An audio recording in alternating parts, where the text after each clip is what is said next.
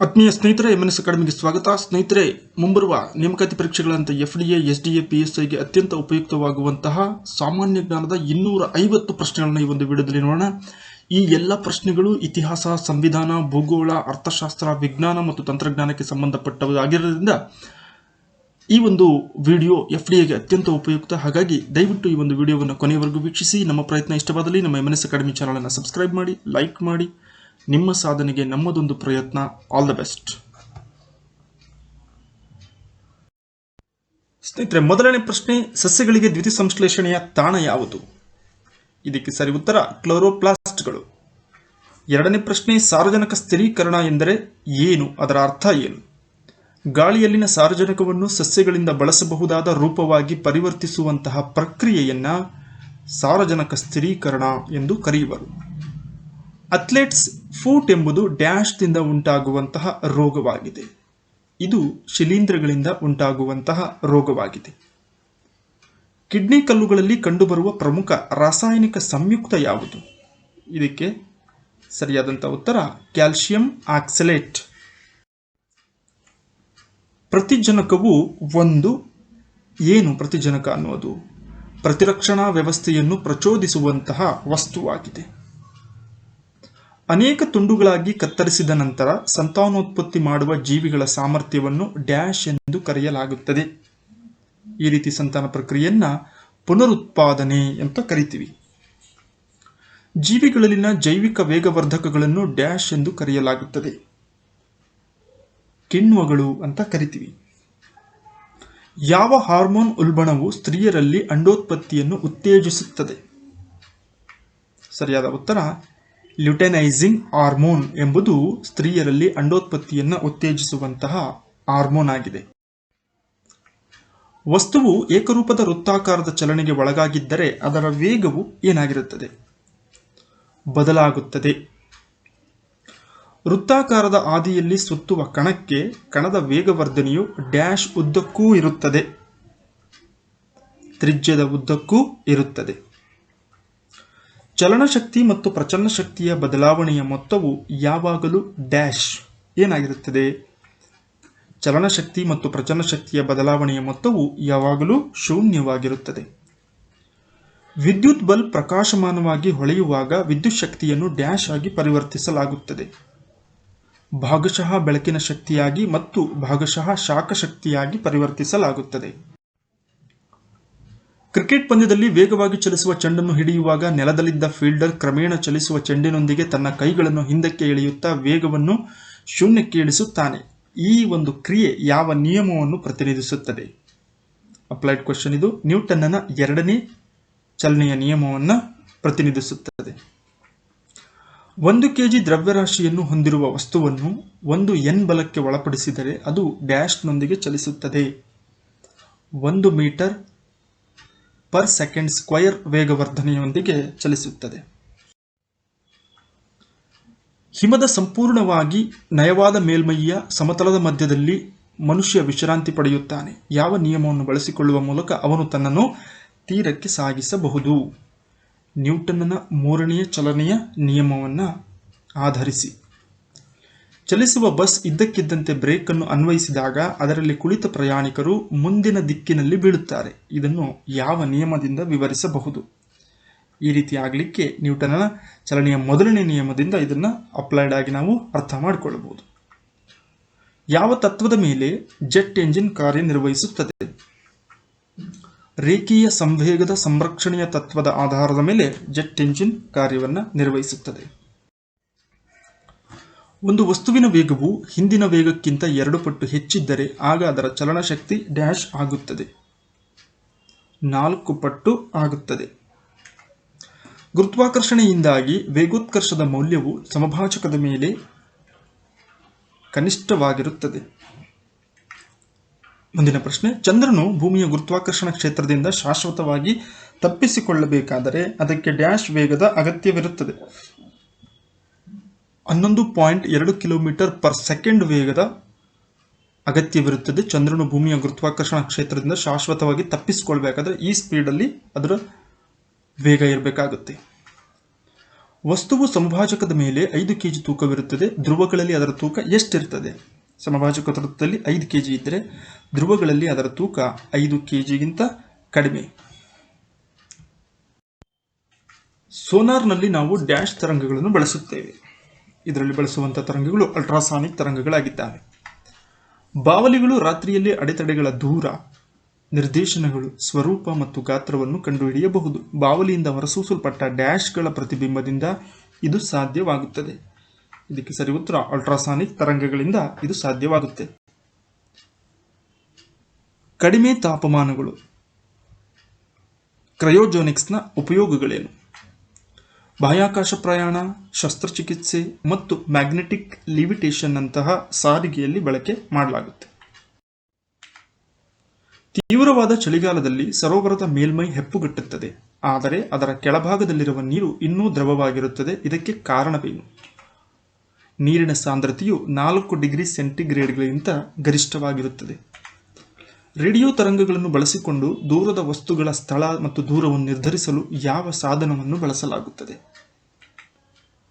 Radar ಸಾಧನವನ್ನು ಬಳಕೆ ಮಾಡಲಾಗುತ್ತೆ. ಕೋವಿಡ್-19 ನಂತಹ ಹೆಚ್ಚಿನ ತಾಪಮಾನವನ್ನು ಅಳೆಯಲು ಯಾವ ಸಾಧನವನ್ನು ಬಳಸಲಾಗುತ್ತದೆ? ಪೈರೋಮೀಟರ್. ನಮ್ಮ ದೇಹದೊಳಗಿನ ಆಂತರಿಕ ಅಂಗಗಳನ್ನು ಪರೀಕ್ಷಿಸಲು ಅಥವಾ ವೀಕ್ಷಿಸಲು ಯಾವ ಸಾಧನವನ್ನು ಬಳಸಲಾಗುತ್ತದೆ?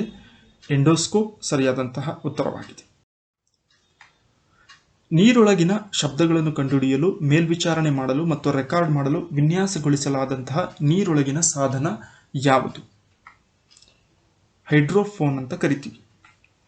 ವಾಹನವು ಪ್ರಯಾಣಿಸುವ ದೂರವನ್ನು ಸೂಚಿಸಲು ಯಾವ ಸಾಧನವನ್ನು ಬಳಸಲಾಗುತ್ತದೆ? ಓಡೋಮೀಟರ್ ಅಂತ ಕರಿತೀವಿ. ಸೂರ್ಯನ ಬೆಳಕಿನ ತಾಪನ ಶಕ್ತಿಯನ್ನು ಅಳೆಯಲು ಯಾವ ಸಾಧನವನ್ನು ಬಳಸಲಾಗುತ್ತದೆ? ಆಕ್ಟಿನೋಮೀಟರ್. ಮಣ್ಣಿನ ಯಾಂತ್ರಿಕ ಗುಣಲಕ್ಷಣಗಳನ್ನು ಅಳೆಯಲು ಯಾವ ಸಾಧನವನ್ನು ಬಳಸಲಾಗುತ್ತದೆ? ಇದಕ್ಕೆ ಬೇವಾ ಮೀಟರ್ ಅಂತ ಕರೀತಾರೆ. ಗಾಳಿ ಅಥವಾ ವಾತಾವರಣದಲ್ಲಿನ ತೇವಾಂಶವನ್ನು ಅಳೆಯಲು ವಿನ್ಯಾಸಗೊಳಿಸಲಾಗಿರುವ ಹವಾಮಾನ ಸಾಧನ ಹೈಗ್ರೋಮೀಟರ್. ಸಮುದ್ರದ ಆಳವನ್ನು ಕಂಡುಹಿಡಿಯಲು ಯಾವ ಸಾಧನವನ್ನು ಬಳಸಲಾಗುತ್ತದೆ? ಫ್ಯಾಥೋಮೀಟರ್. ಹಾಗೆಯೇ ಸರ್ಕ್ಯೂಟ್ನ ವಿದ್ಯುತ್ ಪ್ರತಿರೋಧವನ್ನು ಅಳೆಯಲು ಲೆಕ್ಕಾಚಾರ ಮಾಡೋದಕ್ಕೆ ಯಾವ ಸಾಧನವನ್ನು ಬಳಸಲಾಗುತ್ತದೆ? ಓಮೀಟರ್. ಹಾಗೆಯೇ ದೇಹದ ಮೇಲೆ ವಿದ್ಯುತ್ ಚಾರ್ಜ್ ಇರುವಿಕೆಯನ್ನು ಕಂಡುಹಿಡಿಯಲು ಯಾವ ಸಾಧನವನ್ನು ಬಳಸಲಾಗುತ್ತದೆ? ಎಲೆಕ್ಟ್ರೋಸ್ಕೋಪ್ ಅಂತ ಕರಿತೀವಿ. ಭೂಕಂಪಗಳನ್ನು ಕಂಡುಹಿಡಿಯಲು ಅಥವಾ ಅಳೆಯಲು, ದಾಖಲಿಸಲು ಯಾವ ಸಾಧನವನ್ನು ಬಳಸಲಾಗುತ್ತದೆ? ಸಿಸ್ಮೋಗ್ರಾಫ್. ಹೃದಯದ ಬಡಿತಗಳಂತೆ ದೇಹದಲ್ಲಿ ಉತ್ಪತ್ತಿಯಾಗುವ ಶಬ್ದಗಳನ್ನು ಕಂಡುಹಿಡಿಯಲು ಅಥವಾ ಕೇಳಲು ವೈದ್ಯರು ಬಳಸುವಂತಹ ಸಾಧನ ಯಾವುದು? ಸ್ಟೆಥೋಸ್ಕೋಪ್. ಸಸ್ಯಗಳ ಬೆಳವಣಿಗೆಯನ್ನು ಅಳೆಯಲು ಯಾವ ಸಾಧನವನ್ನು ಬಳಸಲಾಗುತ್ತದೆ? ಕ್ರೆಸ್ಕೋಗ್ರಾಫ್ ಅಂತ ಕರಿತೀವಿ. ಮಾನವರಲ್ಲಿರುವ ರಕ್ತದೊತ್ತಡವನ್ನು ಅಳೆಯಲು, ಬ್ಲಡ್ ಪ್ರೆಷರ್ ಅಳೆಯೋದಕ್ಕೆ ಯಾವ ಸಾಧನವನ್ನು ಬಳಸಲಾಗುತ್ತದೆ? ಸ್ಪಿಗ್ಮೋಮೋನೋಮೀಟರ್ ಅಂತ ಕರೆಯುತ್ತೇವೆ. ಸಿಡಿ ಅಥವಾ ಆಡಿಯೋ ವಿಡಿಯೋ ವ್ಯವಸ್ಥೆಗಳಲ್ಲಿ ಬಳಸಲಾಗುವಂತಹ ಕಾಂಪ್ಯಾಕ್ಟ್ ಡಿಸ್ಕ್ ಅನ್ನು ಸೂರ್ಯನ ಬೆಳಕಿನಲ್ಲಿ ನೋಡಿದಾಗ ಬಣ್ಣಗಳಂತಹ ಮಳೆಬಿಲ್ಲು ಕಂಡುಬರುತ್ತದೆ. ಯಾವ ವಿದ್ಯಮಾನಗಳ ಆಧಾರದ ಮೇಲೆ ಇದನ್ನು ವಿವರಿಸಬಹುದು? ವಕ್ರೀಭವನ, ವಿವರ್ತನೆ ಮತ್ತು ಪ್ರಸರಣದ ಆಧಾರದ ಮೇಲೆ ವಿವರಿಸಬಹುದು. ಸಣ್ಣ ದೀಪದಿಂದ ಬೆಳಕಿನ ಸಮಾನಾಂತರ ಕಿರಣಗಳನ್ನು ಪಡೆಯಲು ಯಾವ ಕನ್ನಡಿಯನ್ನು ಬಳಸಬೇಕು? ಇದಕ್ಕೆ ಕಾನ್ಕೇವ್ ಕನ್ನಡಿ ಅಥವಾ ಕಾನ್ಕೇವ್ ದರ್ಪಣ ಅಂತ ಕರಿತೀವಿ. ಡ್ಯಾಶ್ನಿಂದ ಬಳಲುತ್ತಿರುವಂತಹ ವ್ಯಕ್ತಿಯಿಂದ ಸಿಲಿಂಡರ್ ಆಕಾರದ ಮಸೂರವನ್ನು ಬಳಸಲಾಗುತ್ತದೆ. ಆಸ್ಟಿಗ್ಮ್ಯಾಟಿಸಮ್. ಬೆಳಕು ಒಂದು ಮಾಧ್ಯಮದಿಂದ ಇನ್ನೊಂದಕ್ಕೆ ಹಾದು ಹೋದಾಗ ಬದಲಾಗದೇ ಇರುವ ಭೌತಿಕ ಪರಿಮಾಣವನ್ನು ಏನೆಂದು ಕರೆಯುತ್ತಾರೆ? ಆವರ್ತನ ಅಥವಾ ಫ್ರೀಕ್ವೆನ್ಸಿ. ವ್ಯಕ್ತಿಯ ಕಣ್ಣುಗಳ ಬಣ್ಣವನ್ನು ನಿರ್ಧರಿಸುವ ವರ್ಣದ್ರವ್ಯವು ಕಣ್ಣಿನ ಯಾವ ಭಾಗದಲ್ಲಿದೆ? ಬಣ್ಣವನ್ನು ನಿರ್ಧರಿಸುವಂಥದ್ದು ಕೊರಾಯ್ಡ್ ಭಾಗದಲ್ಲಿ ಕಾಣಬಹುದು. ನೀರಿನ ಗಡಸುತನ ಉಂಟಾಗಲು ಕಾರಣ? ಕ್ಯಾಲ್ಸಿಯಂ ಮತ್ತು ಮೆಗ್ನೀಷಿಯಂ ಕರಗಿದ ಸಲ್ಫೇಟ್, ಕ್ಲೋರೈಡ್ ಅಥವಾ ಕಾರ್ಬೋನೇಟ್ ಲವಣಗಳು. ನೀರಿನ ತಾತ್ಕಾಲಿಕ ಗಡಸುತನಕ್ಕೆ ಕಾರಣವೇನು? ಕ್ಯಾಲ್ಸಿಯಂ ಮತ್ತು ಮೆಗ್ನೀಷಿಯಂ ಕರಗಿದ ಬೈಕಾರ್ಬೋನೇಟ್ಗಳ ಲವಣವಾಗಿದೆ. ಶಾಶ್ವತ ಗಡಸುತನವು ಡ್ಯಾಶ್ನಿಂದ ಉಂಟಾಗುತ್ತದೆ. ಕ್ಯಾಲ್ಸಿಯಂ ಮತ್ತು ಮೆಗ್ನೀಷಿಯಂನ ಕ್ಲೋರೈಡ್ಗಳು ಮತ್ತು ಸಲ್ಫೇಟ್ಗಳಿಂದ ಶಾಶ್ವತ ಗಡಸುತನ ಉಂಟಾಗುತ್ತದೆ. ಆಹಾರದ ಡಬ್ಬಿಗಳನ್ನು ತವರದಿಂದ ಲೇಪಿಸಲಾಗುತ್ತದೆ ಮತ್ತು ಸತುವು ಅಲ್ಲ, ಏಕೆಂದರೆ ಸತುವು ತವರಕ್ಕಿಂತ ಹೆಚ್ಚು ಪ್ರತಿಕ್ರಿಯಾತ್ಮಕವಾಗಿರುತ್ತದೆ. ಆದ್ದರಿಂದ ಜೀವಕೋಶದ ಶಕ್ತಿ ಉತ್ಪಾದನಾ ಕೇಂದ್ರ ಯಾವುದು? ಮೈಟೊಕಾಂಡ್ರಿಯಾ. ಜಲಜೀವನ್ ಅಭಿಯಾನದ ಉದ್ದೇಶ ಏನು? ಗ್ರಾಮೀಣಾಭಿವೃದ್ಧಿ ಮತ್ತು ಉದ್ಯೋಗ ಸೃಷ್ಟಿ ಈ ಒಂದು ಯೋಜನೆಯ ಬಹುಮುಖ್ಯ ಉದ್ದೇಶವಾಗಿದೆ. ಪ್ರಧಾನಮಂತ್ರಿ ಕಿಸಾನ್ ಸಂಪದ ಯೋಜನೆ ಡ್ಯಾಶ್ಗೆ ಸಂಬಂಧಿಸಿದೆ. ಪ್ರಧಾನಮಂತ್ರಿ ಕಿಸಾನ್ ಸಂಪದ ಯೋಜನೆ ಕೃಷಿ ಮತ್ತು ಸಾಗರ ಸಂಪನ್ಮೂಲಗಳ ಸಂರಕ್ಷಣೆ ಮತ್ತು ಅಭಿವೃದ್ಧಿಗೆ ಸಂಬಂಧಿಸಿದೆ. ಪ್ರಧಾನಮಂತ್ರಿ ವಯೋವಂದನಾ ಯೋಜನೆ ಯಾವುದಕ್ಕೆ ಸಂಬಂಧಿಸಿದೆ? 60 ವರ್ಷ ದಾಟಿದ ಹಿರಿಯ ನಾಗರಿಕರಿಗೆ ನೆರವಾಗುವಂತ ಯೋಜನೆಯಾಗಿದೆ ಪ್ರಧಾನಮಂತ್ರಿ ವಯೋವಂದನಾ ಯೋಜನೆ. ಪ್ರಧಾನಮಂತ್ರಿ ಸುರಕ್ಷಾ ಬಿಮಾ ಯೋಜನೆ ಇದರ ಮೂಲ ಉದ್ದೇಶ ಆಕಸ್ಮಿಕ ಅವಘಡದಿಂದ ಮರಣ ಹೊಂದುವವರಿಗೆ ನೆರವಾಗುವಂತ ವಿಮಾ ಯೋಜನೆಯಾಗಿದೆ. ಭಾರತ ಯೋಜನಾ ಆಯೋಗದ ಮೊದಲ ಉಪಾಧ್ಯಕ್ಷರು ಯಾರು? ಗುಲ್ಜಾರಿಲಾಲ್ ನಂದಾ. ಪ್ರಸ್ತುತ ಯೋಜನಾ ಆಯೋಗ ಅಸ್ತಿತ್ವದಲ್ಲಿಲ್ಲ, ಬದಲಾಗಿ ನೀತಿ ಆಯೋಗ ಬಳಕೆಯಲ್ಲಿರೋದನ್ನು ಕಾಣಬಹುದು. ಭಾರತದಲ್ಲಿ ಪಂಚಾಯತ್ ರಾಜ್ ವ್ಯವಸ್ಥೆಯ ಪಿತಾಮಹ ಅಂತ ಯಾರನ್ನ ಕರೀತಾರೆ? ಸರಿ ಉತ್ತರ ಬಲವಂತ್ ರಾಯ್ ಮೆಹ್ತಾ. ಭಾರತದಲ್ಲಿ ಸ್ಥಳೀಯ ಸರ್ಕಾರಗಳ ಪಿತಾಮಹ ಅಂತೇಳಿ ಲಾರ್ಡ್ ರಿಪ್ಪನ್ ಅನ್ನ ಕರೆಯುವರು. ಮೊದಲ ಪಂಚವಾರ್ಷಿಕ ಯೋಜನೆ ಆದ್ಯತೆ ನೀಡಿದಂಥ ಕ್ಷೇತ್ರ ಯಾವುದು? ಸರಿ ಉತ್ತರ ಕೃಷಿ. ಇದರ ಒಂದು ಕಾಲಾವಧಿ 1951ರಿಂದ 56. ತ್ವರಿತ ಕೈಗಾರಿಕಾಭಿವೃದ್ಧಿಗೆ ಆದ್ಯತೆ ನೀಡಿದಂಥ ಪಂಚವಾರ್ಷಿಕ ಯೋಜನೆ ಯಾವುದು? ಎರಡನೇ ಪಂಚವಾರ್ಷಿಕ ಯೋಜನೆ ಆದ್ಯತೆ ನೀಡಿದಂಥ ಕ್ಷೇತ್ರ ಕೈಗಾರಿಕೆಗಳ ಅಭಿವೃದ್ಧಿ. ಮೂಲ ಕೈಗಾರಿಕೆಗಳ ವಿಸ್ತರಣೆಗೆ ಅವಕಾಶ ಕಲ್ಪಿಸಿದಂತಹ ಯೋಜನೆ ಯಾವುದು? ಮೂರನೇ ಪಂಚವಾರ್ಷಿಕ ಯೋಜನೆ. ಕನಿಷ್ಠ ಅಗತ್ಯತೆಗಳ ಕಾರ್ಯಕ್ರಮ ಪ್ರಾರಂಭವಾದ ಪಂಚವಾರ್ಷಿಕ ಯೋಜನೆ 5ನೇ ಪಂಚವಾರ್ಷಿಕ ಯೋಜನೆ.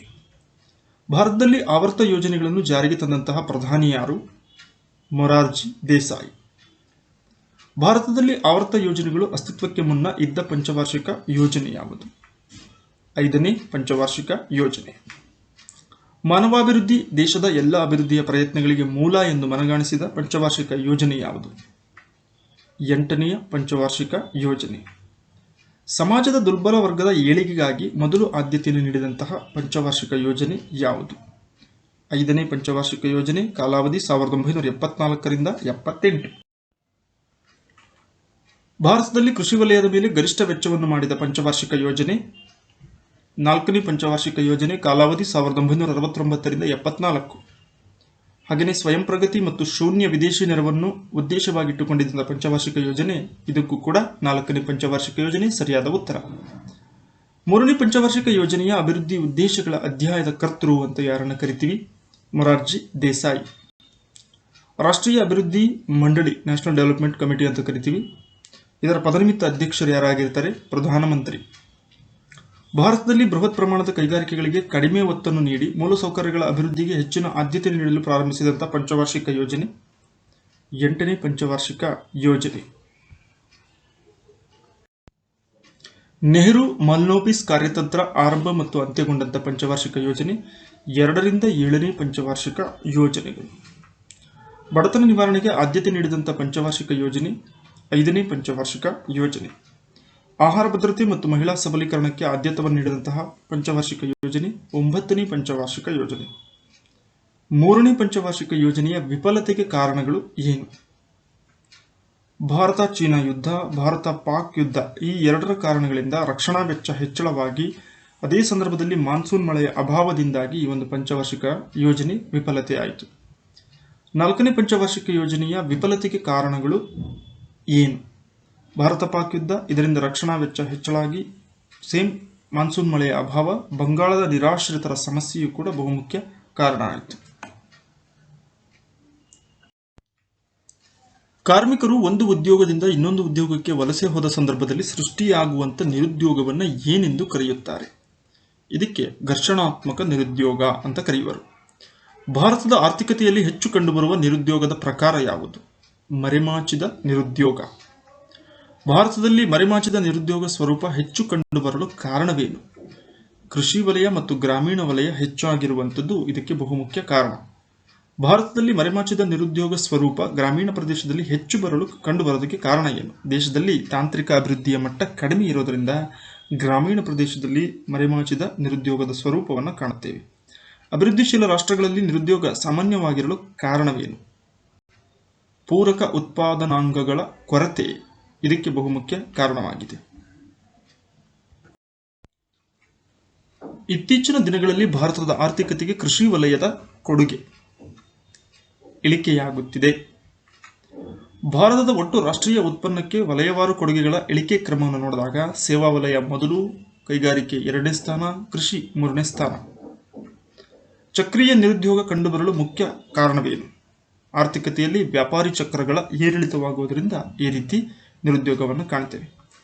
ವ್ಯಾಪಾರಿ ಚಕ್ರಗಳ ಏರಿಳಿತದಿಂದ ಅಥವಾ ಆರ್ಥಿಕ ಮುಗ್ಗಟ್ಟಿನ ಹಿನ್ನೆಲೆಯಲ್ಲಿ ಕಂಡುಬರುವಂಥ ನಿರುದ್ಯೋಗ ಚಕ್ರೀಯ ನಿರುದ್ಯೋಗವಾಗಿದೆ. ಭಾರತದಲ್ಲಿ ಸುರೇಶ್ ತೆಂಡೂಲ್ಕರ್ ಯಾವುದಕ್ಕೆ ಸಂಬಂಧಿಸಿದ್ದಾರೆ? ಬಡತನ ರೇಖೆಯ ಅಂದಾಜು ಮಾಡುವಲ್ಲಿ ಸಮಿತಿಯನ್ನು ರಚನೆ ಮಾಡಿರ್ತಾರೆ ಇವರ ಒಂದು ನೇತೃತ್ವದಲ್ಲಿ. ಭಾರತದಲ್ಲಿ ಬಡತನ ರೇಖೆಯ ಪಿತಾಮಹ ಅಂತ ಯಾರನ್ನ ಕರೀತಾರೆ? ಡಿ.ಟಿ. ಲಖಡ್ವಾಲ್. ಹಣದುಬ್ಬರಕ್ಕೆ ಮುಖ್ಯವಾದಂತಹ ಕಾರಣ ಏನು? ಹಣದ ಪೂರೈಕೆ ಹೆಚ್ಚಳವಾಗುವುದು, ಉತ್ಪಾದನೆ ಕುಂಠಿತವಾಗುವಂತಹ ಪರಿಸ್ಥಿತಿಯಿಂದ ಹಣದುಬ್ಬರ ಉಂಟಾಗುತ್ತದೆ. ವೆಚ್ಚ ತಳ್ಳಿಕೆಯ ಹಣದುಬ್ಬರಕ್ಕೆ ಮುಖ್ಯ ಕಾರಣವೇನು? ಪರೋಕ್ಷ ತೆರಿಗೆ ಪದ್ಧತಿ ಅಧಿಕವಾಗಿರುವಂಥದ್ದು. ದೇಶದಲ್ಲಿ ಪ್ರಸ್ತುತ ಕಂಡುಬರುತ್ತಿರುವ ಹಣದುಬ್ಬರದ ಸ್ವರೂಪ ಎಂತಹದ್ದು? ವೆಚ್ಚ ತಳ್ಳಿಕೆ ಹಣದುಬ್ಬರವಾಗಿದೆ. ಭಾರತದಲ್ಲಿ ಹಣದುಬ್ಬರವನ್ನು ನಿಯಂತ್ರಿಸಲು ಕೈಗೊಳ್ಳಬೇಕಾದಂಥ ಸರ್ಕಾರದ ಮುಖ್ಯ ಕ್ರಮ ಯಾವುದು? ಬಜೆಟ್ ಕೊರತೆ ಮತ್ತು ಅನುತ್ಪಾದಕ ವೆಚ್ಚದ ನಿಯಂತ್ರಣ ಮಾಡುವುದು. ಅಪಮೌಲ್ಯೀಕರಣದ ಅರ್ಥವೇನು? ಸ್ವದೇಶಿ ನಾಣ್ಯದ ಬಾಹ್ಯ ಮೌಲ್ಯವನ್ನು ವಿದೇಶಿ ಕರೆನ್ಸಿಗೆ ಹೋಲಿಸಿದಂತೆ ಉದ್ದೇಶಪೂರ್ವಕವಾಗಿ ಕಡಿಮೆ ಮಾಡುವಂಥದ್ದು. ದಾದಾಬಾಯಿ ನೌರೋಜಿ ಸಂಪತ್ತಿನ ಸೋರಿಕೆ ಸಿದ್ಧಾಂತವನ್ನು ತಿಳಿಸಿದಂತಹ ಕೃತಿ ಯಾವುದು? Poverty and an British rule in India ಅನ್ನುವಂಥದ್ದು ದಾದಾಬಾಯಿ ನೌರೋಜಿಯವರ ಪ್ರಮುಖ ಕೃತಿಯಾಗಿದೆ. ಭಾರತದಲ್ಲಿ ಹಣಕಾಸು ನೀತಿಯನ್ನು ರೂಪಿಸುವವರು ಯಾರು? RBI, reserve bank of India. ದೇಶದ ₹1 ನೋಟಿನ ಮೇಲೆ ಯಾರ ಸಹಿ ಇರುತ್ತದೆ? ಇದು ಅನೇಕ ಪರೀಕ್ಷೆಗಳಲ್ಲಿ ಕೇಳಿರುವಂತಹ ಪ್ರಶ್ನೆಯಾಗಿದೆ. ಇದಕ್ಕೆ ಕೇಂದ್ರ ಹಣಕಾಸು ಸಚಿವಾಲಯದ ಕಾರ್ಯದರ್ಶಿಯವರ ಸಹಿ ಇರುತ್ತದೆ. ಭಾರತದ ₹100 ನೋಟಿನ ಮೇಲೆ ಇರುವ ಭಾಷೆಗಳ ಸಂಖ್ಯೆ ಎಷ್ಟು? 17. 15 ಪ್ರಾದೇಶಿಕ ಭಾಷೆಗಳು, ಇದರಲ್ಲಿ ಕನ್ನಡ ಭಾಷೆ 4ನೇ ಸ್ಥಾನದಲ್ಲಿದೆ. ಹಿಂದಿ, ಇಂಗ್ಲಿಷ್ ಸೇರಿ ಒಟ್ಟು 17 ಭಾಷೆಗಳನ್ನು ಮುದ್ರಣ ಮಾಡಲಾಗಿರುತ್ತೆ. ರೂಪಾಯಿಯ ಪರಿವರ್ತನೆಯ ಅರ್ಥವೇನು? ವಿದೇಶಿ ಪ್ರಮುಖ ಕರೆನ್ಸಿಗೆ ಹೋಲಿಸಿದಂತೆ ಭಾರತದ ರೂಪಾಯಿಯ ಮುಕ್ತವಾಗಿ ಪರಿಗಣಿಸಲು ಅವಕಾಶ. ಭಾರತದಲ್ಲಿ ಸಂಕುಚಿತ ಮತ್ತು ವಿಶಾಲ ಹಣವನ್ನು ತಿಳಿಸುವುದು ಕ್ರಮವಾಗಿ M1 ಮತ್ತು M3. ರೂಪಾಯಿ ಅಪಮೌಲ್ಯೀಕರಣದ ಬಹುಮುಖ್ಯ ಉದ್ದೇಶವೇನು? ಆಮದು ಬದಲೀಕರಣಕ್ಕೆ ಉತ್ತೇಜನ ಮತ್ತು ರಫ್ತು ವ್ಯಾಪಾರದ ಪ್ರೋತ್ಸಾಹ. ಭಾರತದ ರೂಪಾಯಿ ಪೂರ್ಣ ಪರಿವರ್ತನೆ ಹೊಂದಿರುವುದು ಪಾವತಿ ಶಿಲ್ಕಿನ ಚಾಲ್ತಿ ಖಾತೆಯಲ್ಲಿ ಮಾತ್ರ. ಹಣದುಬ್ಬರದ ಅರ್ಥವೇನು?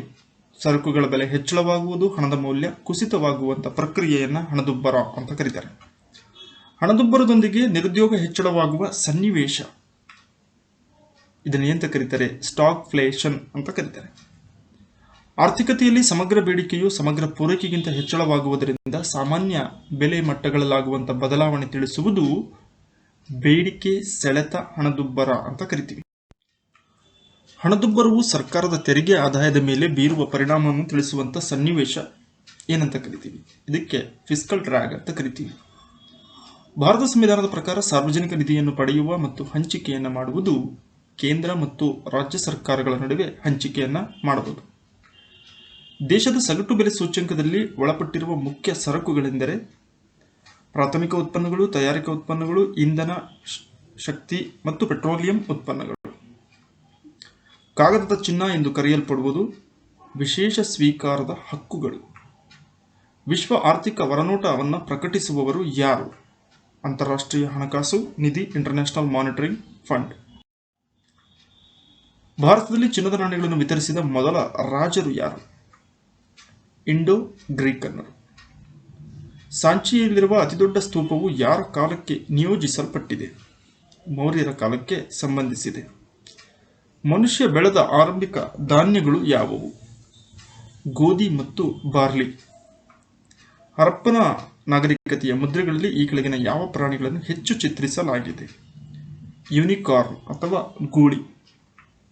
ರಾಜರ ಮನೆತನದ ಅನುದಾನವನ್ನು ದಾಖಲಿಸುವ ಆರಂಭಿಕ ಶಾಸನಗಳು ಯಾವ ರಾಜವಂಶಕ್ಕೆ ಸೇರಿವೆ? ಶಾತವಾಹನರ ಕಾಲಕ್ಕೆ ಸೇರಿವೆ. ಯಾವ ತಾಣ ಬುದ್ಧನ ಜೀವನದ ಘಟನೆಗಳನ್ನು ಕಾಲಾನುಕ್ರಮವಾಗಿ ಚಿತ್ರಿಸುವ ಸ್ಟೀಲ್ಗಳನ್ನು ನೀಡಿದೆ? ಸಾರನಾಥ. ಚೋಳರ ಅಡಿಯಲ್ಲಿ ಗ್ರಾಮ ಸರ್ಕಾರದ ಅಧ್ಯಯನಕ್ಕೆ ಮುಖ್ಯ ಮೂಲವೆಂದರೆ ಉತ್ತರ ಮೇರೂರು ಶಾಸನ. ಇದು ಗ್ರಾಮಾಡಳಿತದ ಬಗ್ಗೆ ಬೆಳಕನ್ನು ಚೆಲ್ಲುವಂಥ ಶಾಸನವಾಗಿದೆ, ಚೋಳರ ಕಾಲಕ್ಕೆ ಸಂಬಂಧಿಸಿದ್ದು. ಚೋಳರ ಸಾಮ್ರಾಜ್ಯದಲ್ಲಿ ಹಳ್ಳಿಗಳ ಸಮೂಹ ಎಂದು ಯಾವುದು ಕರೆಯಲ್ಪಟ್ಟಿದೆ? ವಲನಾಡು. 11ನೇ ಶತಮಾನದಲ್ಲಿ ಸಾಮಾಜಿಕ ಜೀವನದ ವಿಶ್ವಕೋಶ ಎಂದು ಕರೆಯಲ್ಪಡುವಂಥ ಒಂದು ಕೃತಿ ಕಥಾ ಸರಿತ್ಸಾಗರ. ದ್ರಾವಿಡ ಶೈಲಿಯ ವಾಸ್ತುಶಿಲ್ಪದ ಮುಖ್ಯ ಲಕ್ಷಣವೆಂದರೆ ವಿಮಾನದ ರಚನೆ. ರಾಷ್ಟ್ರಕೂಟ ಕಲೆ ಮತ್ತು ವಾಸ್ತುಶಿಲ್ಪದ ಸಾರಾಂಶ ಅಥವಾ ದೇವಾಲಯದಲ್ಲಿ ಪ್ರತಿಫಲಿಸುತ್ತದೆ. ಕೈಲಾಸನಾಥ ದೇವಾಲಯ ಏಕಶಿಲಾ ದೇವಾಲಯವಾಗಿದೆ. ಯಾವ ದೆಹಲಿ ಸುಲ್ತಾನರು ಆಗ್ರಾವನ್ನು ತಮ್ಮ ರಾಜಧಾನಿಯನ್ನಾಗಿ ಮಾಡಿಕೊಂಡರು? ಸಿಕಂದರ್ ಲೋಧಿ. ಯಾವ ಅರಬ್ ಪ್ರಯಾಣಿಕರ ಕೆಲಸವನ್ನು 11ನೇ ಶತಮಾನದ ಕನ್ನಡಿ ಎಂದು ಪರಿಗಣಿಸಲಾಗಿದೆ? ಅಲ್ಬೆರುನಿ. ಪೃಥ್ವಿರಾಜ್ ಚೌಹಾಣ್ ಯಾವ ಯುದ್ಧಗಳಲ್ಲಿ ಮಹಮ್ಮದ್ ಗೋರಿಯನ್ನು ಸೋಲಿಸಿದನು? ತರೈನ್ ಕದನ. ಚಲಿಸಾ ಅಥವಾ 40ರ ಗುಂಪು ಎಂದು ಯಾವುದನ್ನು ಕರೆಯುತ್ತಾರೆ? ಇಲ್ತಮಶ್ ರಚಿಸಿದಂಥ ಟರ್ಕಿಶ್ ಕುಲೀನರ ಗುಂಪಿನ ಅಡ್ಡ ಹೆಸರು ಚಲಿಸಾ ಎಂಬುದಾಗಿತ್ತು. ಗುಲಾಮ ರಾಜವಂಶದ ಯಾವ ರಾಜ ಪರಿಣಿತ ಕ್ಯಾಲಿಗ್ರಫಿ ಮತ್ತು ಕುರಾನನ್ನು ನಕಲಿಸಲು ತನ್ನ ಬಿಡುವಿನ ವೇಳೆಯನ್ನು ಕಳೆದನು? ಬಲ್ಬನ್. ವಿಜಯನಗರ ಸಾಮ್ರಾಜ್ಯದ ಅತಿದೊಡ್ಡ ಆಡಳಿತ ವಿಭಾಗ ಏನೆಂದು ಕರೆಯುತ್ತಿದ್ದರು? ಮಂಡಲಂ. ಈ ಕೆಳಗಿನ ಯಾವ ವಿಜಯನಗರದ ರಾಜರು ಪೋರ್ಚುಗೀಸರಿಗೆ ಸಾಮ್ರಾಜ್ಯದೊಳಗೆ ಚರ್ಚ್ಗಳನ್ನು ನಿರ್ಮಿಸಲು ಅವಕಾಶವನ್ನು ನೀಡಿದರು?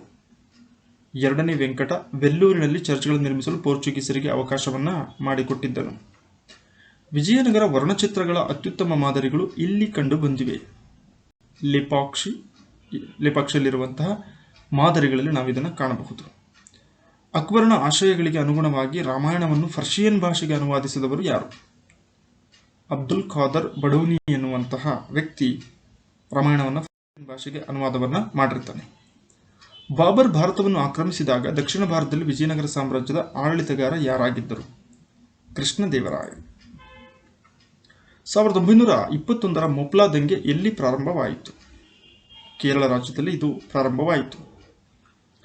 ಒಂದು ಧರ್ಮ, ಒಂದು ಜಾತಿ ಮತ್ತು ಮಾನವ ಕುಲಕ್ಕೆ ಒಂದೇ ದೇವರು ಎಂಬ ಕರೆಯನ್ನು ನೀಡಿದವರು ಯಾರು? ಶ್ರೀ ನಾರಾಯಣ ಗುರು.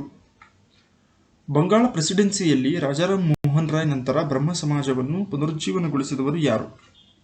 ದೇಬೇಂದ್ರನಾಥ್ ಟ್ಯಾಗೋರ್. ಯಾವ ವರದಿಯು ಮಹಿಳೆಯರ ಶಿಕ್ಷಣದ ಮೊದಲ ಅಧಿಕೃತ ಘೋಷಣೆಯಾಗಿದೆ? ಚಾರ್ಲ್ಸ್ ವುಡ್ ವರದಿ. ಮಹಿಳಾ ಸಮಸ್ಯೆಗಳಿಗೆ ಮೀಸಲಾಗಿರುವ ಹಿಂದಿ ಜರ್ನಲ್ ಬಾಲಬೋಧಿನಿಯನ್ನು ಯಾರು ಪ್ರಾರಂಭಿಸಿದರು? ಭರ್ತೇಂದ್ರು ಹರಿಶ್ಚಂದ್ರ. ಯಾವ ಗವರ್ನರ್ ಜನರಲ್ ಅವಧಿಯ ಸಮಯದಲ್ಲಿ ವಿಧವೆ ಪುನರ್ವಿವಾಹ ಕಾಯ್ದೆಯನ್ನು ಅಂಗೀಕರಿಸಲಾಯಿತು? 1856ರಲ್ಲಿ ಈ ಒಂದು ಕಾಯ್ದೆ ಜಾರಿಗೆ ಬರುತ್ತೆ. ಡಾಲ್ಹೌಸಿಯ ಕಾಲಾವಧಿ. 19ನೇ ಶತಮಾನದಲ್ಲಿ ಯುವ ಬಂಗಾಳ ಚಳುವಳಿಯು ಸ್ಫೂರ್ತಿ ಪಡೆದಿದೆ. ಯಾವುದರಿಂದ? HV ಡೆರೋಜಿಯೋರವರಿಂದ. ಬಂಗಾಳದ ಏಷ್ಯಾಟಿಕ್ ಸಮಾಜವನ್ನು ಸ್ಥಾಪಿಸಿದವರು ಯಾರು? ಏಷ್ಯಾಟಿಕ್ ಸೊಸೈಟಿ ಅಂತಲೂ ಕೂಡ ಕರಿತೀವಿ. Sir William Jones. ಋಗ್ವೇದ ಧರ್ಮದ ಪ್ರಮುಖ ಲಕ್ಷಣವೆಂದರೆ ಪ್ರಕೃತಿಯ ಆರಾಧನೆಯಾಗಿತ್ತು. ಕಿಂಗ್ ಜಾರ್ಜ್ 5ನೇ ಕಿಂಗ್ ಜಾರ್ಜ್ ಯಾವ ವೈಸ್ರಾಯಲ್ ಸಮಯದಲ್ಲಿ ಭಾರತಕ್ಕೆ ಭೇಟಿಯನ್ನು ನೀಡಿದ್ದನು? ಲಾರ್ಡ್ ಹಾರ್ಡಿಂಗ್ನ ಕಾಲಾವಧಿಯಲ್ಲಿ. ಭಾರತೀಯ ಸಿಪಾಯಿಗಳ ಯಾವ ರೆಜಿಮೆಂಟ್ ವಸಾಹತುಶಾಹಿ ಸರ್ಕಾರದ ವಿರುದ್ಧ ಹೆಚ್ಚಿನ ಸಂಖ್ಯೆಯಲ್ಲಿ ದಂಗೆ ಎದ್ದಿತು? ಬಂಗಾಳದ ರೆಜಿಮೆಂಟ್. 1857ರ ದಂಗೆ ಭುಗಿಲಿದ್ದಾಗ ಭಾರತದ ಬ್ರಿಟಿಷ್ ಕಮಾಂಡರ್ ಇನ್ ಚೀಫ್ ಯಾರಾಗಿದ್ದರು? ಮೇಜರ್ ಜನರಲ್ ಜಾರ್ಜ್ ಆನ್ಸನ್ ಎನ್ನುವಂಥವನು. ಭಾರತದಲ್ಲಿ ಬಜೆಟ್ ವ್ಯವಸ್ಥೆಯ ಸೃಷ್ಟಿಕರ್ತ ಎಂದು ಪರಿಗಣಿಸಲ್ಪಟ್ಟವರು ಯಾರು? James Wilson. ಭಾರತದ ವಿದೇಶಿ ವ್ಯಾಪಾರದಲ್ಲಿ ಈಸ್ಟ್ ಇಂಡಿಯಾ ಕಂಪನಿಯ ಏಕಸ್ವಾಮ್ಯವನ್ನು ಕೊನೆಗೊಳಿಸಿದ್ದು ಯಾವಾಗ? 1813ರ ಚಾರ್ಟರ್ ಆಕ್ಟ್. 1858ರ ನಂತರ ಭಾರತದಲ್ಲಿ ಆರ್ಥಿಕ ಮೇಲ್ವಿಚಾರಣೆ ಮತ್ತು ನಿಯಂತ್ರಣದ ಅಧಿಕಾರವನ್ನು ಯಾರಿಗೆ ನೀಡಲಾಯಿತು? ರಾಜ್ಯ ಕಾರ್ಯದರ್ಶಿಗೆ. ಭಾರತೀಯ ಹಣಕಾಸು ಇತಿಹಾಸದಲ್ಲಿ ಒಂದು ಹೆಗ್ಗುರುತಾಗಿರುವ ಆರ್ಥಿಕ ಹಂಚಿಕೆಯ ಯೋಜನೆಯನ್ನು ಯಾವ ವೈಸ್ರಾಯ್ ಪರಿಚಯಿಸಿದ? ಲಾರ್ಡ್ ಮಾಯೋ ಅಥವಾ ಲಾರ್ಡ್ ಮಿಯೋ ಅಂತಲೂ ಕೂಡ ಕರಿತೀವಿ. ಭಾರತದಲ್ಲಿ ಸ್ಥಳೀಯ ಸ್ವಯಂ ಆಡಳಿತದ ಪಿತಾಮಹ ಅಂತೇಳಿ ಲಾರ್ಡ್ ರಿಪ್ಪನ್ನನ್ನು ಕರೆಯುವರು. ಯಾವ ಸಮಿತಿ ವರದಿಯ ಆಧಾರದ ಮೇಲೆ ರೈಲ್ವೆ ಬಜೆಟ್ ಅನ್ನು ಸಾಮಾನ್ಯ ಬಜೆಟ್ನಿಂದ ಬೇರ್ಪಡಿಸಲಾಗಿದೆ? ಇದಕ್ಕೆ ಅಕ್ವರ್ತ್ ಸಮಿತಿಯ ವರದಿ 1921. ಭಾರತದ ಮೊದಲ ಗವರ್ನರ್ ಜನರಲ್ ಯಾರು? Lord William Bentinck. ಬಂಗಾಳದ ಮೊದಲ ಗವರ್ನರ್ ಜನರಲ್ ಯಾರು? Warren Hastings. ಭಾರತದ ಮೊದಲ ವೈಸ್ರಾಯ್ ಯಾರು? Lord canning. ಭಾರತದಲ್ಲಿ ಬ್ರಿಟಿಷ್ ಪ್ರಾಬಲ್ಯಕ್ಕೆ ಫ್ರೆಂಚ್ ಸವಾಲು ವಾಂಡಿವಾಶ್ ಕದನದೊಂದಿಗೆ ಕೊನೆಗೊಂಡಿತು. ಇದಕ್ಕೆ ಸರಿ ಉತ್ತರ ವಾಂಡಿವಾಶ್ ಕದನ. ಗಾಂಧಿ ಕಾಲದ ಆರಂಭಿಕ ವರ್ಷಗಳಲ್ಲಿ ಸರೋಜಿನಿ ನಾಯ್ಡು ಅವರು ಹಿಂದೂ ಮುಸ್ಲಿಂ ಐಕ್ಯತೆಯ ರಾಯಭಾರಿ ಎಂದು ಯಾರನ್ನು ಕರೆದರು? ಮೊಹಮ್ಮದ್ ಅಲಿ ಜಿನ್ನಾ. ದಕ್ಷಿಣ ಆಫ್ರಿಕಾದಲ್ಲಿ ಗಾಂಧಿ ಸ್ಥಾಪಿಸಿದ ಆಶ್ರಮದ ಹೆಸರೇನು? ಇದು ಬಹುಮುಖ್ಯ ಪ್ರಶ್ನೆ. ಫಿನಿಕ್ಸ್ ಫಾರ್ಮ್ಸ್ ಅಂತ ಕರಿತೀವಿ. 1932ರ ಪೂನಾ ಒಪ್ಪಂದವನ್ನು ಗಾಂಧಿಯ ವಿಜಯವೆಂದು ಏಕೆ ಪರಿಗಣಿಸಲಾಗಿದೆ? ಇದು ಅಂಬೇಡ್ಕರ್ ಮತ್ತು ಗಾಂಧಿ ಇಬ್ಬರಿಗೂ ಸ್ವೀಕಾರಾರ್ಹವಾದಂತಹ ರಾಜಿ ಸೂತ್ರವಾಗಿತ್ತು. ಕೆಳಗಿನ ಯಾವ ಹಡಗುಗಳಲ್ಲಿ ಆರ್ಯನ್ ದಂಗೆ ಆರಂಭವಾಯಿತು? HMIS ತಲ್ವಾರ್. ಸ್ವತಂತ್ರ ಕಾರ್ಮಿಕ ಪಕ್ಷವನ್ನು ರಚಿಸಿದವರು ಯಾರು? BR ಅಂಬೇಡ್ಕರ್. ಕ್ವಿಟ್ ಇಂಡಿಯಾ ನಿರ್ಣಯವನ್ನು ಯಾವ ಕಾಂಗ್ರೆಸ್ ಅಧಿವೇಶನದಲ್ಲಿ ಅಂಗೀಕರಿಸಲಾಯಿತು? 8 ಆಗಸ್ಟ್ 1942 ಬಾಂಬೆಯಲ್ಲಿ ನಡೆದಂಥ ಅಧಿವೇಶನ. ಭಾರತ ಮತ್ತು ಪಾಕಿಸ್ತಾನ ನಡುವಿನ ಗಡಿಯನ್ನು ಯಾರು ಗುರುತಿಸಿದ್ದಾರೆ? Sir Cyril Radcliffe. ಇದನ್ನು ರಾಡ್ಕ್ಲಿಫ್ ರೇಖೆ ಅಂತಾನೂ ಕೂಡ ಕರೆಯುತ್ತಾರೆ. ಯಾವ ಕಾಯ್ದೆ ಶಾಸಕಾಂಗದಲ್ಲಿ ಮೊದಲ ಬಾರಿಗೆ ಭಾರತೀಯರಿಗೆ ಪ್ರಾತಿನಿಧ್ಯವನ್ನು ನೀಡಿತು? Indian council act 1909. 1890ರಲ್ಲಿ ಕಲ್ಕತ್ತಾ ವಿಶ್ವವಿದ್ಯಾಲಯದ ಮೊದಲ ಮಹಿಳಾ ಪದವೀಧರರು ಕಾಂಗ್ರೆಸ್ ಅಧಿವೇಶನ ಉದ್ದೇಶಿಸಿ ಮಾತಾಡಿದರು. ಹಾಗಾದರೆ ಅವರು ಯಾರು? ಕದಂಬಿನಿ ಗಂಗೂಲಿ. ಆರಂಭಿಕ ರಾಷ್ಟ್ರೀಯವಾದಿಗಳಲ್ಲಿ ಇಂಗ್ಲೆಂಡ್ನಲ್ಲಿ ಭಾರತೀಯ ರಾಷ್ಟ್ರೀಯ ಚಳವಳಿಯ ಪರವಾಗಿ ಸಾರ್ವಜನಿಕ ಅಭಿಪ್ರಾಯವನ್ನು ಸಜ್ಜುಗೊಳಿಸಲು ಯಾರು ಕೆಲಸವನ್ನು ಮಾಡಿದರು? ದಾದಾಬಾಯ್ ನವರೋಜಿ. ಭಾರತದಲ್ಲಿ ಯಾವ ಆಂದೋಲನದಲ್ಲಿ ಸ್ವದೇಶಿ ಆಂದೋಲನ ಪ್ರಾರಂಭವಾಯಿತು? ಬಂಗಾಳ ವಿಭಜನೆ ವಿರೋಧಿ ಆಂದೋಲನದಲ್ಲಿ ಸ್ವದೇಶಿ ಆಂದೋಲನವೂ ಕೂಡ ಪ್ರಾರಂಭವಾಯಿತು. ಯಾವುದು ವಿಫಲವಾದ ನಂತರ ಕ್ವಿಟ್ ಇಂಡಿಯಾ ಅಭಿಯಾನವನ್ನು ರಾಷ್ಟ್ರೀಯ ಕಾಂಗ್ರೆಸ್ ಪ್ರಾರಂಭಿಸಿತು? Creeps mission. 1931ರ ಫೆಬ್ರವರಿ ಮಾರ್ಚ್ನಲ್ಲಿ ಮಹಾತ್ಮ ಗಾಂಧೀಜಿಯವರೊಂದಿಗೆ ಸೆಡಿಟಿಯಸ್ ಫಕೀರ್ ಅವರೊಂದಿಗೆ ಸಮಾನತೆಯ ವಿಷಯದಲ್ಲಿ ಬ್ರಿಟಿಷ್ ಸರ್ಕಾರದ ಮಾತುಕತೆಗಳನ್ನು ಯಾರು ತೀವ್ರವಾಗಿ ಆಕ್ಷೇಪಿಸಿದರು? Winston Churchill. ಗಾಂಧಿ ಇರ್ವಿನ್ ಒಪ್ಪಂದ ಯಾವ ಅಧಿವೇಶನವು ಈ ಒಪ್ಪಂದವನ್ನು ಅನುಮೋದಿಸಿತು? ನಾಗ್ಪುರ್ ಅಧಿವೇಶನ. ಗಾಂಧಿಯವರ ಚಂಪಾರಣ ಸತ್ಯಾಗ್ರಹವು ಯಾರ ಸಮಸ್ಯೆಗಳನ್ನು ಪರಿಹರಿಸುವ ಗುರಿಯನ್ನು ಹೊಂದಿತ್ತು? ಇಂಡಿಗೋ ಕಾರ್ಮಿಕರ ಒಂದು ಸಮಸ್ಯೆಗಳನ್ನು ಪರಿಹಾರ ಮಾಡಲಿಕ್ಕೆ ಈ ಒಂದು ಸತ್ಯಾಗ್ರಹ ಮಾಡಿದ್ದರು. ಸಂವಿಧಾನದ ಕರಡು ಸಮಿತಿಯ ಮುಂದೆ ಮುನ್ನುಡಿಯನ್ನು ಪ್ರಸ್ತಾಪಿಸಿದವರು ಯಾರು? ಜವಾಹರ್ಲಾಲ್ ನೆಹರು. ಭಾರತದಲ್ಲಿ ಬ್ರಿಟಿಷ್ ನೀತಿಯ ಗುರಿಯಾಗಿ ಬ್ರಿಟಿಷ್ ಸರ್ಕಾರದ ಮೊದಲ ಬಾರಿಗೆ ಪ್ರಭುತ್ವ ಸ್ಥಾನಮಾನವನ್ನು ಯಾವ ವರ್ಷದಲ್ಲಿ ಘೋಷಿಸಿತು? 1929. ಭಾರತ ಸರ್ಕಾರದ ಕಾಯ್ದೆ 1935 ಪ್ರಾಂತ್ಯಗಳು ಮತ್ತು ರಾಜ್ಯ ಸಂಸ್ಥೆಗಳ ಒಕ್ಕೂಟವನ್ನು ಅದರ ಘಟಕಗಳಾಗಿ ಸೂಚಿಸಿತು.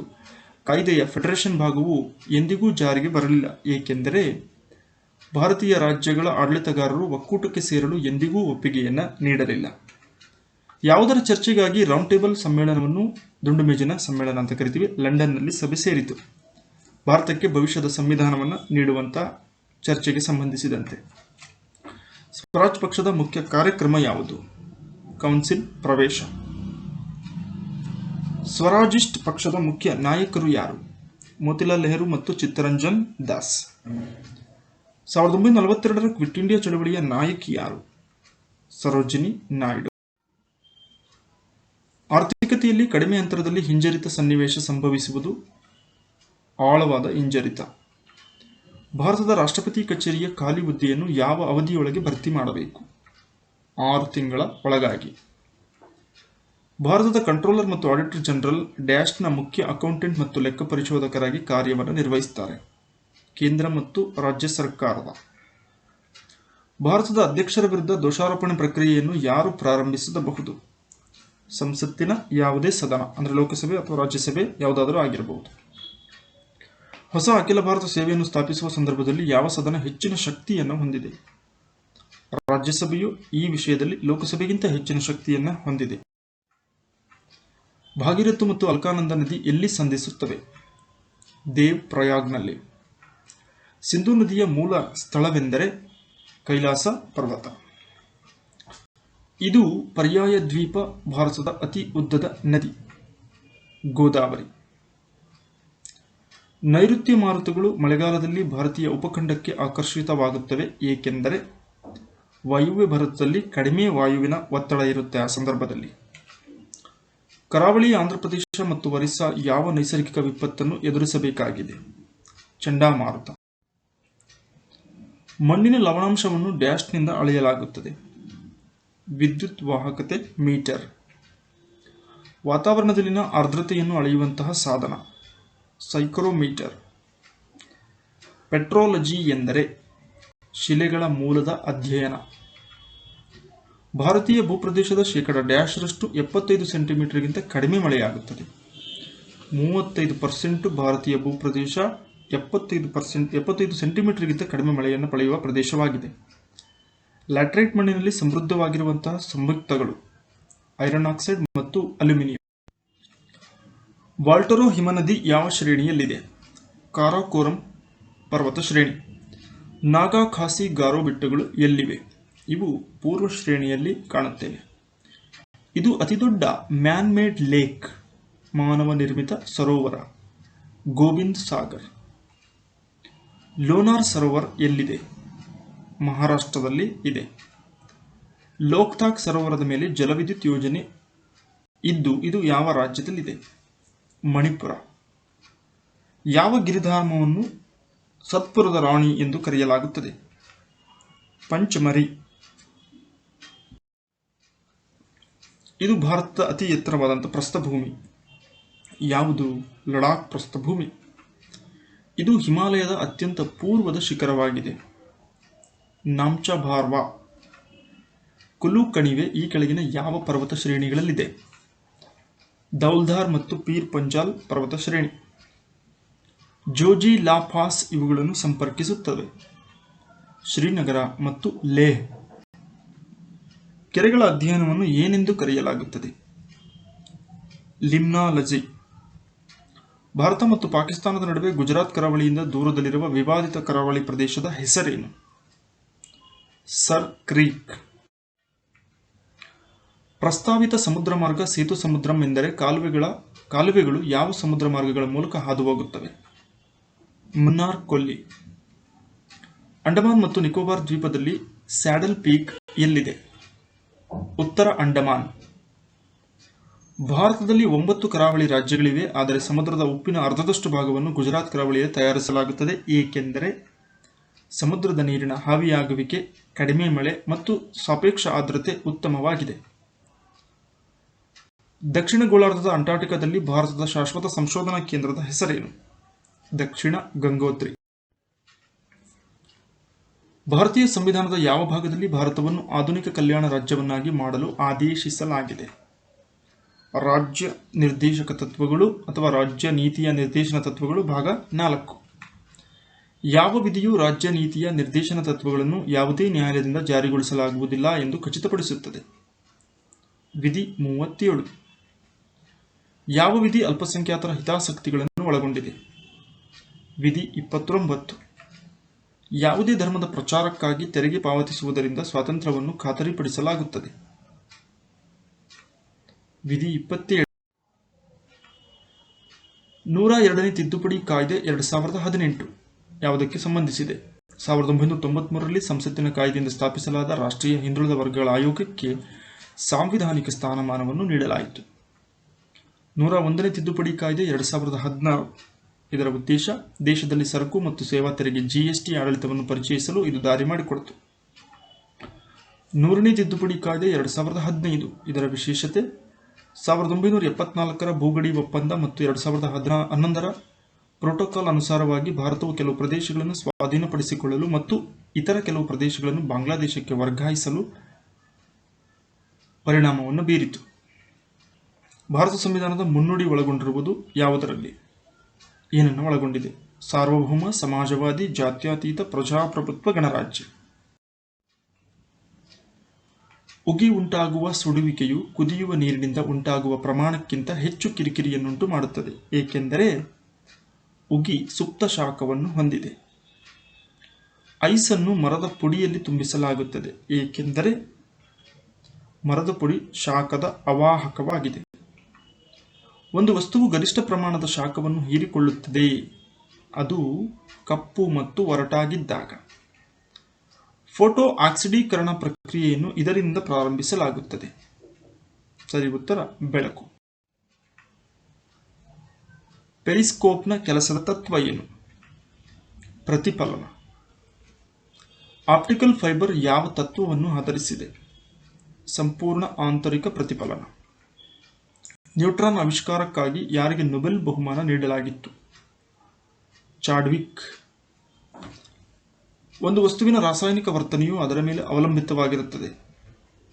ನ್ಯೂಕ್ಲಿಯಸ್ ಸುತ್ತುವ ಎಲೆಕ್ಟ್ರಾನ್ಗಳ ಸಂಖ್ಯೆ. ಪರಮಾಣು ನ್ಯೂಕ್ಲಿಯಸ್ಗಳು ಡ್ಯಾಶ್ನಿಂದ ಕೂಡಿದೆ. ಪ್ರೋಟಾನ್ಗಳು ಮತ್ತು ನ್ಯೂಟ್ರಾನ್ಗಳಿಂದ. ಸಮಾನ ಸಂಖ್ಯೆಯ ಪ್ರೋಟಾನ್ಗಳನ್ನು ಹೊಂದಿರುವ ಹಾಗೂ ಆದರೆ ವಿಭಿನ್ನ ಸಂಖ್ಯೆಯ ನ್ಯೂಟ್ರಾನ್ಗಳನ್ನು ಹೊಂದಿರುವ ಪರಮಾಣುಗಳನ್ನು ಹೀಗೆ ಕರೆಯಲಾಗುತ್ತದೆ, ಐಸೋಟೋಪ್ಗಳು ಅಂತ ಕರೀತಾರೆ.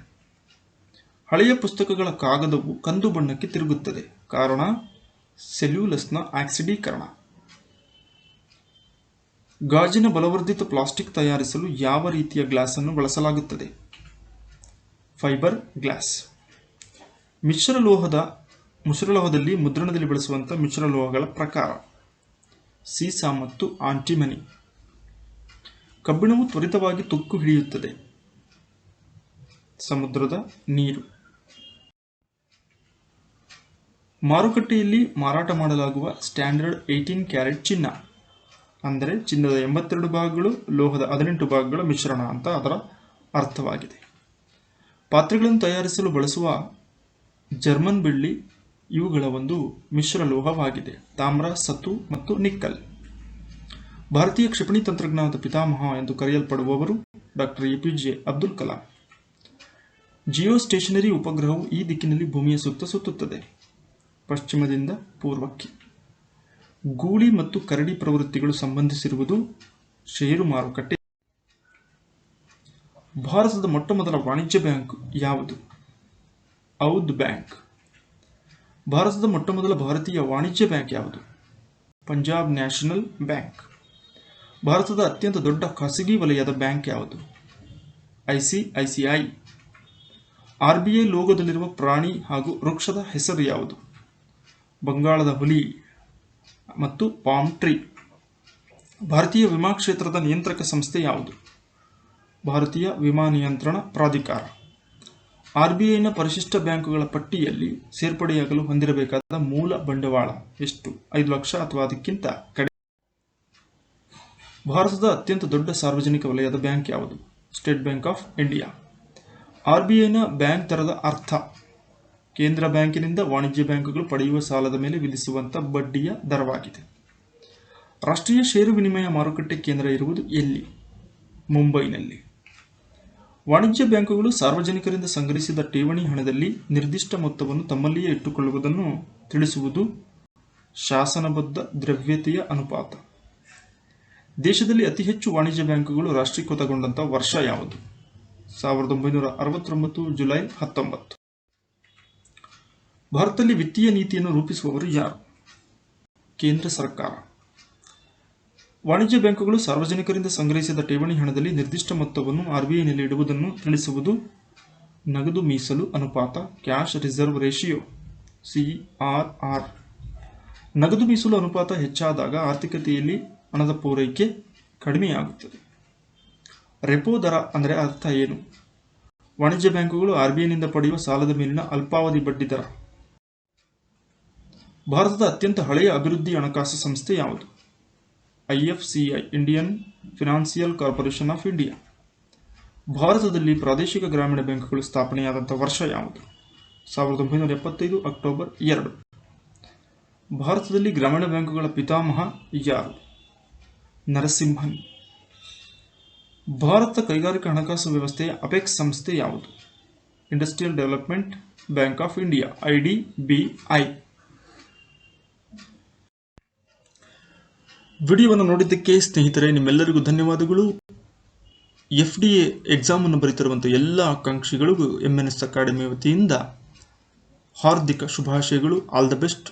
ಎಲ್ಲರ ಎಕ್ಸಾಮ್ ಚೆನ್ನಾಗಾಗಲಿ, ನಿಮ್ಮೆಲ್ಲರ ಕನಸುಗಳು ಈಡೇರಲಿ ಅಂತ ನಮ್ಮ MNS ಅಕಾಡೆಮಿ ತಮ್ಮನ್ನು ಹಾರೈಸ್ತಾ ಇದೆ. ಧನ್ಯವಾದಗಳು.